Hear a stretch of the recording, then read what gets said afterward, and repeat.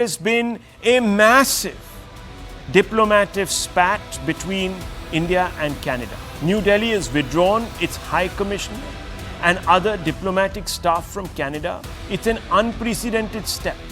India has never done this in the context of a Western nation, specifically one that has had good equations with India over the last few years.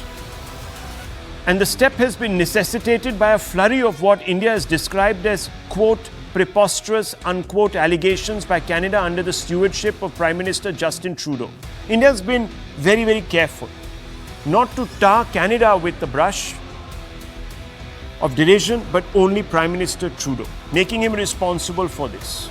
The announcement withdrawing India's envoy to Canada came 24 hours after New Delhi received a diplomatic communication from Canada suggesting that the Indian High Commissioner and other diplomats are, quote, persons of interest, unquote. In other words, suspects in a matter related to an investigation in that country.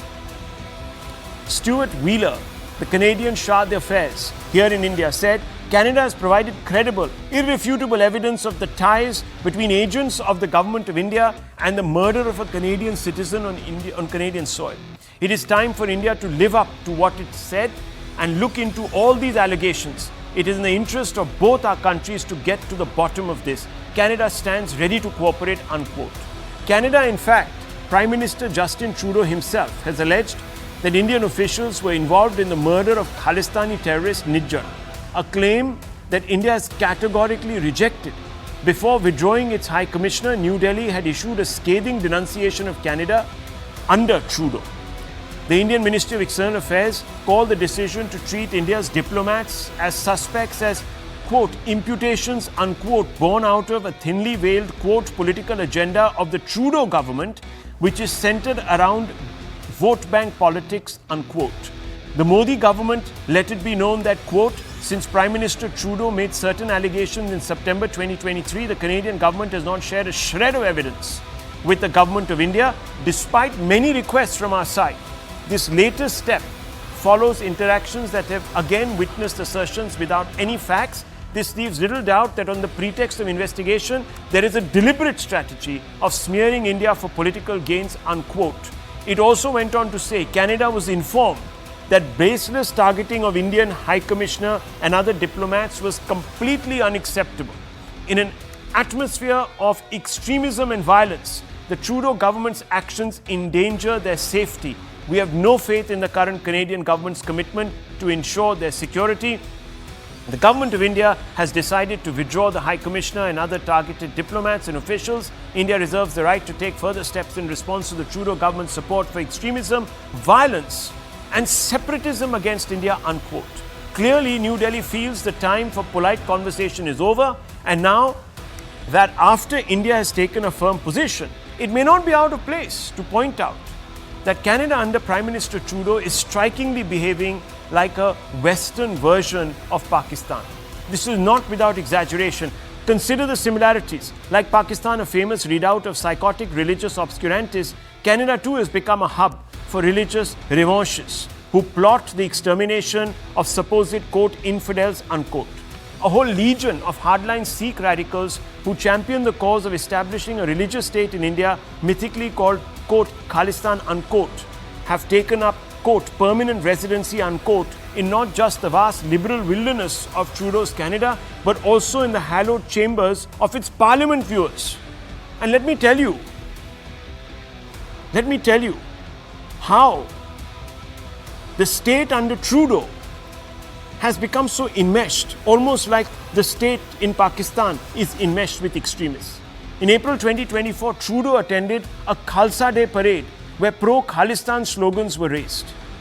Viewers, imagine if Prime Minister Modi was attending a parade in India of Quebecers who want to secede in Canada. How do you think Mr. Trudeau would react, viewers? How do you think the United Nations would react, or America, its ally, would react? In 2022, Trudeau tied up with Jagmeet Singh, a vocal Khalistani face in Canada.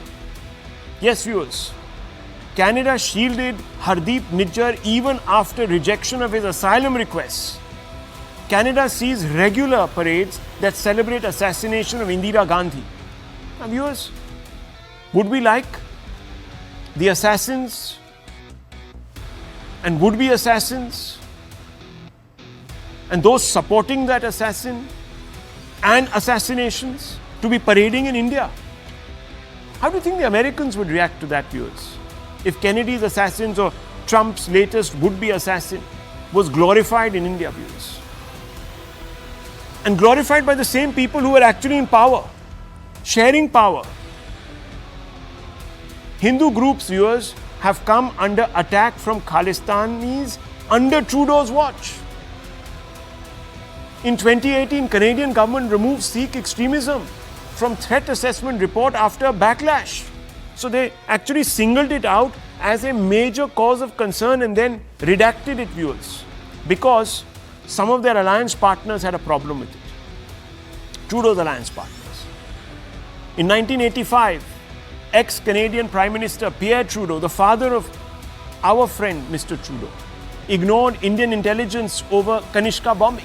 In 1982, ex-Canadian PM Pierre Trudeau rejected Khalistani terrorist Talwinder Parmar's extradition to India.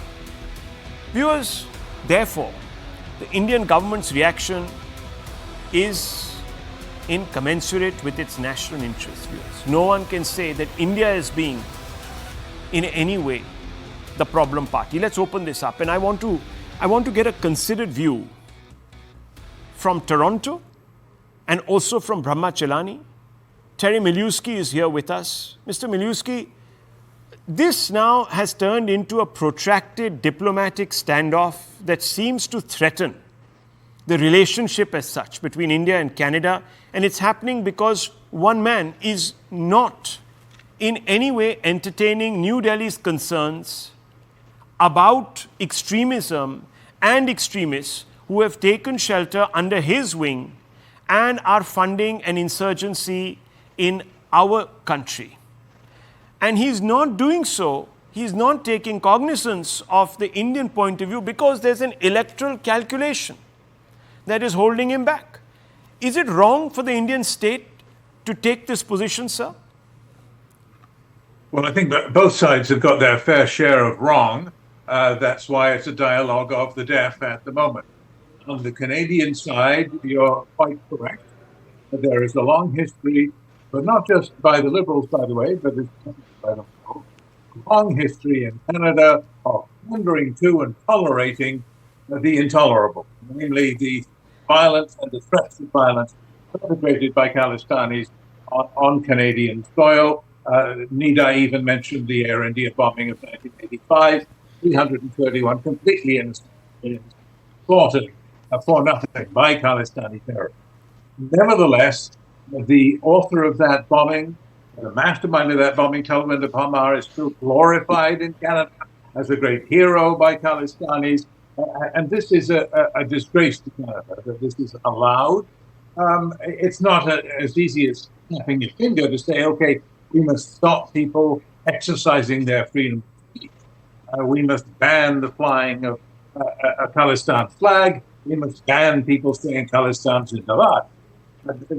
That's not easy. That's not going to happen in a free speech country. But nevertheless, Canada could and should have gone much further to understand and to accommodate India's demands, going right back to 1982, when they asked for the extradition, the mastermind of the Air India bombing. And Pierre Trudeau, Justin's father, said no, they didn't want to upset the Sikhs.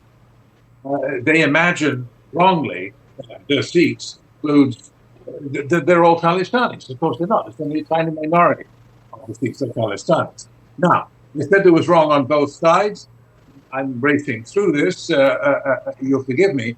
There is some problem on the Indian side that they keep saying there's no evidence, there's no shred of evidence. Oh, yes, there is. Not what Trudeau is alleging. Indian diplomats were involved in the assassination of Hardeep Nijjar, but that Indian government employees, Indian government officials may have been involved in a plot against both Protracted Singh Nijjar, the spokesman and leader of Sikhs for Justice, and Hardeep Nijjar in Canada. It was one plot. Now, look at the facts. Look at the fact that India is saying to Canada, your allegations are absurd. And then they say to the United States, who have leveled much more detailed allegations, much more disputed, saying to the United States, India is, that, oh, we take these very seriously. This is terrible. We're going to look into it. We're setting up a committee. This may simply reflect the difference in political clout between the superpower, the United States, and little old Canada. The difference suggests to me that the Indians do understand there is on display in the indictment leveled by the Americans of this alleged murder for hire plot. They are saying that the evidence is worth looking at very seriously. No, Mr. Miliuski, but it's the same plot. So it doesn't make sense. I beg your indulgence. I remember very clearly that the Prime Minister of Canada said that he would make it public. It's been a year since that statement was made. There has been nothing made public, number one, and nothing I apologize. Nothing that is even put out in the press there, leaked to the press, which would give you an indication of what really there was. So, I'm sorry, I mean, you know, this can't be, as you said, the dialogue of the deaf, but if you make a commitment and you say, look, I've given you a stipulated time period and I'm going to go public with the material and you don't, it's clearly open to interpretation. Well, one second, let's open this up. Mr. Chileni, how do you respond to Mr. Miliuski's claims here? That, oh, both sides are to blame, that both have been sort of misreading the tea leaves and so on and so forth. Well, all this is reopening the old wounds in India over Canada's long-standing tolerance of Khalistani terrorists and extremists. India is at fault over having let Canada off the hook over the Air India twin bombings of 1985. There were two separate bombings in 1985 that targeted Air India jetliners. One bombing killed all 329 people on board. The second bombing misfired, killing two Japanese baggage handlers at Narita Airport in Tokyo. In response to those two bombings, India put no pressure on Canada to bring the perpetrators to justice. Not a single perpetrator in those bombings was brought to justice by Canada. It took Canada 2 decades to set up a commission of inquiry. So today, the same issue is haunting Canada-India relations because, like Trudeau's father, Justin Trudeau, is aiding and abetting, in a way, aiding and abetting Sikh extremist activity against India from Canadian soil. As you all know that there's very little support for Khalistan among Sikhs in India. Yes. The Khalistan demand is a Sikh diaspora issue. But even among the Sikh diaspora, only a small minority support the demand for Khalistan. Yeah. In fact, it's Canada which has become the operational base of the global Khalistan movement of elements that glorify political violence, that actually treat, that publicly honor convicted or slain terrorists as martyrs, including Talvinder Parmar, which two separate Canadian inquiries identified as the mastermind of the Air India bombings. Yes. So in a way, history is repeating itself, Rahul. Yes. And this is the important thing to remember. Okay. History is repeating itself. History is repeating itself, and this time as a bit of a farce, viewers, spun out by, unfortunately, the Prime Minister there. Yes, Sanju Verma is raising her hand, and then I want to bring in Major Arya. Very important point I want to ask of him. Yes, Sanju Verma. You know, Rahul, first things first, I think it's an excellent decision by the Modi government / the MEA to withdraw the Indian High Commissioner to Ottawa, Mr. Sanjay Verma, recall him back, and to clearly deny the reckless and preposterous imputations and allegations made by the Canadian government in wanting to make 6 Indian diplomats, including Mr. Sanjay Verma, persons of interest. So point number one, we've clearly told off Canada that you cannot have our diplomats being made persons of interest in Hardeep Singh Nijjar's killing that happened on the 18th of June 2023 in a parking lot in British Columbia. Point number two is that India is also expected to deny the accreditation to Christopher Cooter.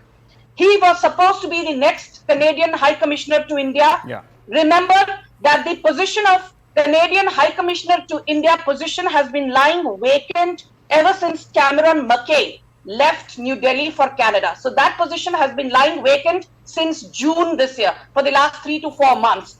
The most important point is this. I always say that the devil is in the detail. And I think the fact that the MEA's response has been so brutally frank and forthright, I think that speaks volumes about the fact that we are not taking any BS from Canada. The government of India strongly rejects preposterous imputations and ascribes them to the political agenda of the Trudeau government that is centered around vote bank politics, is what the Ministry of External Affairs has said. In 20 seconds, I want to tell you this. The latest poll rankings in terms of popularity show that Justin Trudeau's popularity has fallen from 63% last year to 28% as we speak. Justin Trudeau has been unable to control and rein in the steel workers' strike in Northern Ontario.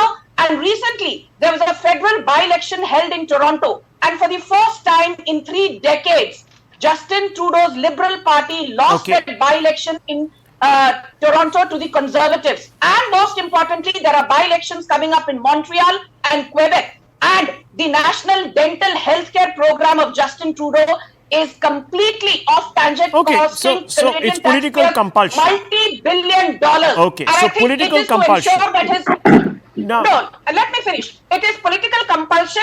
It is consolidation of the Khalistani vote bank. Okay. Because he's into his 9th year of prime ministership. Okay. Next year there are general elections Remember, in Canada, and Justin Trudeau wants to the divide and partner rule. that was propping up his government has kind of exited.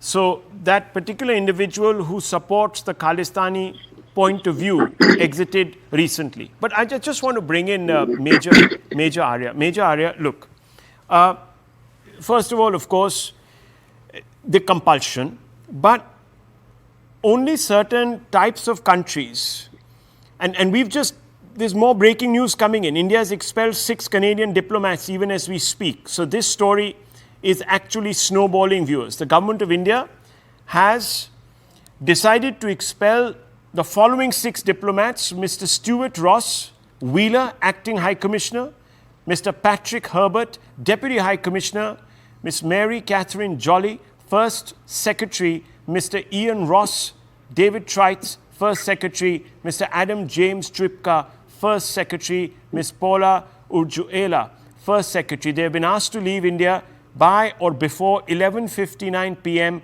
on Saturday, October 19, 2024. So they've been given their marching orders. Expect some retaliation diplomatically from Canada, but Major, you know, is it out of place to Canada to call Canada today a sort of westernized version of what Pakistan does to India, which is harbor inimical interests? No, absolutely. I think, Rahul, you're very right. You're comparing it to Pakistan because the mindset is absolutely the same. You know, I have 2 points to make. First of all these so-called Khalistanis, they carry Canadian passports in Canada. So let's stop calling them Khalistanis. They are Canadian citizens. You see, when you call them Khalistanis, you give Canada elbow room to say that, hey, you know, these guys are not Canadians. They're actually Khalistanis. Khalistan does not exist. That is number one. Number two, you know, Canada deployed its forces. Canada doing whatever the United States of America tells it to do. They deploy their forces in Afghanistan. They deploy their forces in Iraq. They kill civilians. And it's absolutely all right because Canada is a Western country and Canada is part of G7 and Canada can do whatever it likes. The problem is that, you know, they were supposed to put out this proof in the open a year back, like you very rightly said, and they haven't done that, which is not just open to interpretation. Anyone would say that they don't have proof. If they had it, they would have put it out in the and that's what I've been saying time and again. Last point that I'd like to make is that, you see, India must pass a very, very strong message to Canada, especially the government of Justin Trudeau. Shut down everything between India and Canada. Just shut it down. Withdraw everything. shut down your embassies and tell people not to go there for further education. They have been threatened by these so-called Khalistanis. You know, Pannu said that we'll harm the Hindus who are living there. It's true. He's already put it out there, and they will do that. Okay, so Mr. Chileni, how far should India go? We've already Canada. expelled 6 of their Canadian diplomats. What should India do next? Very quickly, sir, I don't have much time. Yes. Well, the 6 Canadian diplomats that India has expelled is a response to India being forced to withdraw 6 Indian diplomats from Ottawa, including the High Commissioner. That's true. So this was, in reprisal to the Canadian actions. But I think the challenge for India comes from the fact that behind Justin Trudeau is the Biden administration. It was the Biden administration that incited Trudeau to make his allegation against India in September last year. It was the Biden administration that provided Canada the patchy intelligence that formed the basis of Justin Trudeau's allegation against India. It was the Biden administration that unsealed an indictment against, that alleged an Indian plot against a New York-based Sikh extremist, and the allegation that the Biden administration made against India was so amateurish that an Indian operative, on the advice of the Indian government, hired a hitman to eliminate this New York-based Sikh extremist.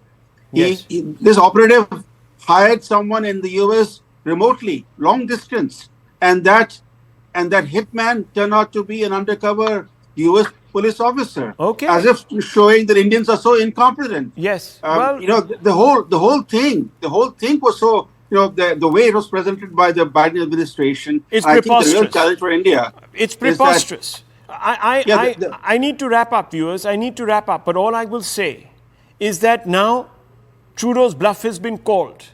He said he'd make the proof public a year ago. Now is his opportunity. Otherwise, viewers, he is actually ruining a beautiful relationship between two countries by putting his political interests first. And I don't know of many leaders who would gamble like that. I leave it at that, viewers.